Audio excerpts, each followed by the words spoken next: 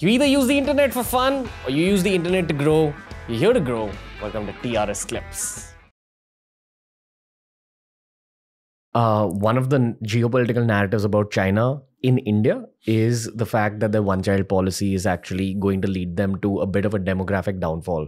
Oh yeah, this is the Zihan thing. Yeah. So, I mean, and the reverse narrative is true in India, that we have a young population which is going to build the next phase of India. It's going to be a huge working class. Yeah, and there's some truth to this. Okay. You don't think it's entirely true? No, I don't think it's entirely true. So you think that even though they have an aging population, that doesn't matter as much as the geopolitical commentators are saying that it does? Yeah. So basically there's this guy, man, you know, I should basically just do one video that just kind of encodes this as a rebuttal or whatever. And then, so I don't have to, I can just cite that. Okay. This is that video. This is that video. Okay. Great. Well, I have to put up the slides and stuff, so I'll give you the links. Okay. All right.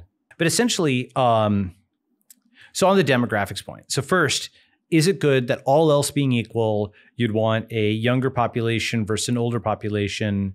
Yes, all else being equal. However, there's definitely countries that have huge young populations, Nigeria, Indonesia, et cetera, that, I mean, they're showing some economic growth, but let's say Estonia or Japan do not have huge young populations. However, they're highly modernized, right? It's not the entirety of it to say just sheer quantity and youth, okay? There's more to it than that. So for example, often that comparison between, let me do first China versus US demographics, and then let's talk India demographics. It is not simply the sheer quantity of people, it's also the quality of people. And it's in the US, you know, sometimes people will say, oh, the US has youthful demographics and China is getting old before it's going to get rich, and so it's finished, et cetera. Okay. This is cope in my, you know the term cope? Like, yeah, I mean, I can kind of understand what you mean by that. Cope, it's like it is taking, you're just seeing the stuff that suits your own narrative. Yeah, exactly. It's taking like one true fact, but actually the things point in the opposite direction. Because in the US, so first of all, you have the things I mentioned. You have soaring rates of drug overdoses. You have soaring rates, or you have high and flat, but still high rates of out of wedlock births. Okay. So like broken homes, divorces, you have, and we're talking like huge numbers. Okay. You've got plummeting life expectancy. It went like this, right? Which is a signal of something very catastrophically wrong in a society, that life expectancy is falling off a cliff because of these so-called deaths of despair, right? You have, due to drug overdoses and car crashes and other crazy kinds of things. Okay. You have huge amounts of, obviously political polarization. And you also have ethnic polarization where racial groups are taught to hate each other, okay? And if you take that demographic pyramid, it's not just, oh, there's a lot of young Americans. The young Americans are mostly, for example, Latino immigrants or children of Latino immigrants or recent immigrants. And the older generation are like boomers. And supposedly these, young immigrants are going to pay the Social Security of retiring boomers when Social Security is bust. That's not going to happen. So that's actually just a recipe for ratio-economic conflict between two groups that see themselves as different, because the entire press and academia are telling themselves to think of themselves as different, not like one unified young country where the only variable that matters is youth in America. You need to go a little more granular than that, right? So actually, the US has just set itself up for like massive ethnic, racial, economic conflict. And, it's just something where they're just telling, it's like an illusion to say, oh, youth is good, because that youth has to feel itself aligned with the elderly, and not if it's being taxed to pay for the elderly. And the elderly will say, wait a second, I paid in Social Security, I should get it. The entire Social Security thing, do you know what Social Security is? Like pension. It's like a pension, but it's a Ponzi. Okay. Okay. So it's not actually solvent. Okay. So maybe to explain this, you can take the example of a 65-year-old in USA right now and what they were doing in the 90s, 2000s and 2000s. Yeah. So essentially through your entire adult life in the US, you pay into a fund called Social Security. And there's like supposed to be some money there for you in retirement. But the US government is terrible at accounting and terrible at actually having that money. And so there's a shortfall coming in terms of what it actually owes retirees. It taxed and then spent the money and then doesn't actually have it for the retirees. And if you had just had that money and had it in the stock market, you would have done much better anyway, put it in an index fund. So it's like a double loss. It was taxed from you when you could have used it as a young person or something like that. It was taken from you. And even if they just forced you to invest it, you could have invested in something better. So they took it from you, they wasted it, and then you depend on it and it's not there, right? And then so all of these older people will be mad, where's my social security check? And then the state will either have to tax or it'll have to print and dilute, and then younger people will get mad that they're being taxed to pay for the older people. So, I mean, this is the type of stuff, let's be absolutely real, right? These are recipes that is a great way of getting the young to hate the old. Social security insolvency, right? And that's absolutely going to blow up, okay? And this is one of like 15 different things. The point is that even the term United States, it's like the disunited states. Yeah. That's the impression I get from the outside when you listen to American podcasts, or even if you meet Americans. Yeah. It's extremely strong political opinions, which is fine, but they absolutely hate the other side. Yes. And you kind of almost look down on someone for just one of their tiny opinions. Yeah. That doesn't represent like everything that they think of. And honestly, that's happening a little bit in urban India, because urban India is incredibly inspired by America subconsciously. Yeah, unfortunately.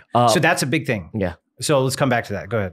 You don't see that happening in the rest of India. Right. And for a lot of urban Indians who want to build big businesses or big careers, they look at interior India as like the marketplace, because that's where the money is actually increasing. Right. So it kind of makes me think that, it's exactly what you said about the descending world and the ascending world. Yes.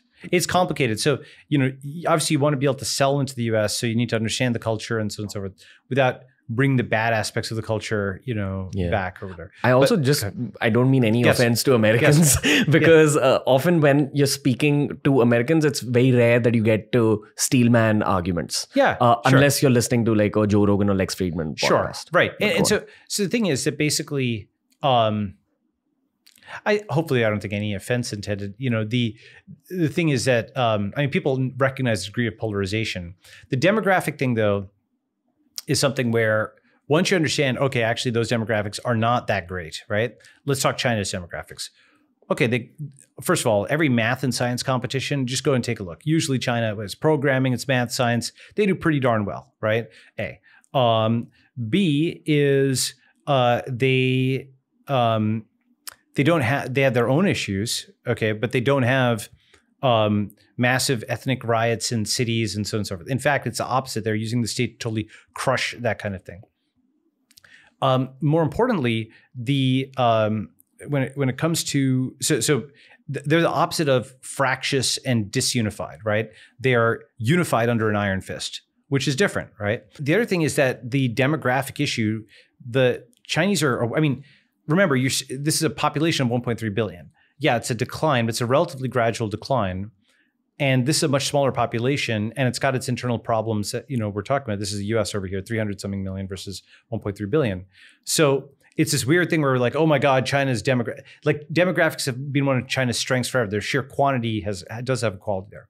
With that said, they recognize that the country is getting older, that, the one-child policy was a mistake, and so on and so forth. So what have they been doing? Basically, anything that is possible for a state to do, they're going to try. They've got the 3-child policy now. They're doing subsidized IVF.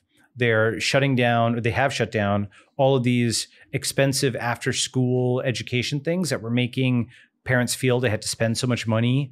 So they're trying to shut that down.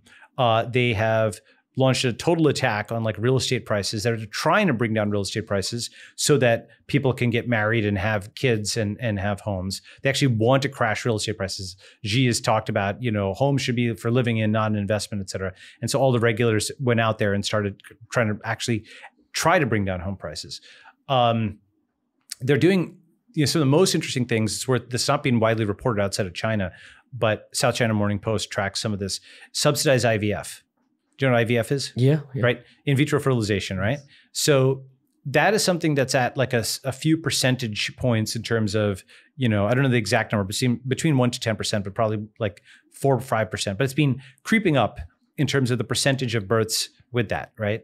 Maybe 5 is a high number. I have to look at the exact number, but it's on the order of that, right? I love how you get into the details. And I think this is why people listen to you, but go on. Because usually people take tiny narratives and generalize massive predictions based on those tiny narratives. But you're getting into the details and then drawing out geopolitics. I try to. And if I may be wrong, but at least I can explain my reasoning. I don't think I've had a single person on this podcast who's broken it down in this much detail as you have. And I don't even hear these kind of geopolitical narratives on American podcasts, which is why I think you're valued in the podcasting space. Please go on, good sir. Okay. Good. So the thing is that, what does China excel at? China excels at taking technology that works and taking it apart and figuring out how to just scale it, right? Just to scale it, that's the China model, right? And to make it cost effective, or really, like very cheap, very scalable, and just mass produced, right? Given that technological bit of fire, they just improve it. IVF works. IVF has worked for a long time. There's a whole tech stack around IVF. Maybe, and what China's looking at is maybe every Chinese woman just gets free IVF. And so they get two children, 3 children per person where they just mass produce them, right? This is not actually totally crazy for them to do that if they lean into that at the society level. Knowing their past tendencies, that if they see a problem, they'll solve it and grow really fast. Yeah, exactly. Have you heard of this guy Cass Sunstein? No, in the US, this guy, policy guy, he wrote this book called Nudge. You know what the equivalent in China would be? It'd be shove. Force people into helping your geopolitical problems. Yeah, well, because for example, like you have, we just had the whole COVID thing where you had to show a pass to show your vaccination status. To like open a door or something like that. Is it that big a step to say, to show your pregnancy status, how many kids you've had, and then you get to the front of the bus, front of the line, right? Actually, a lot of countries are experimenting with this kind of thing. For example, I think I may be misquoting this, but I believe in Hungary, if you have a certain number of children, that woman is like tax-free for life. Okay. And you could probably pencil it out, and it probably does work out mathematically.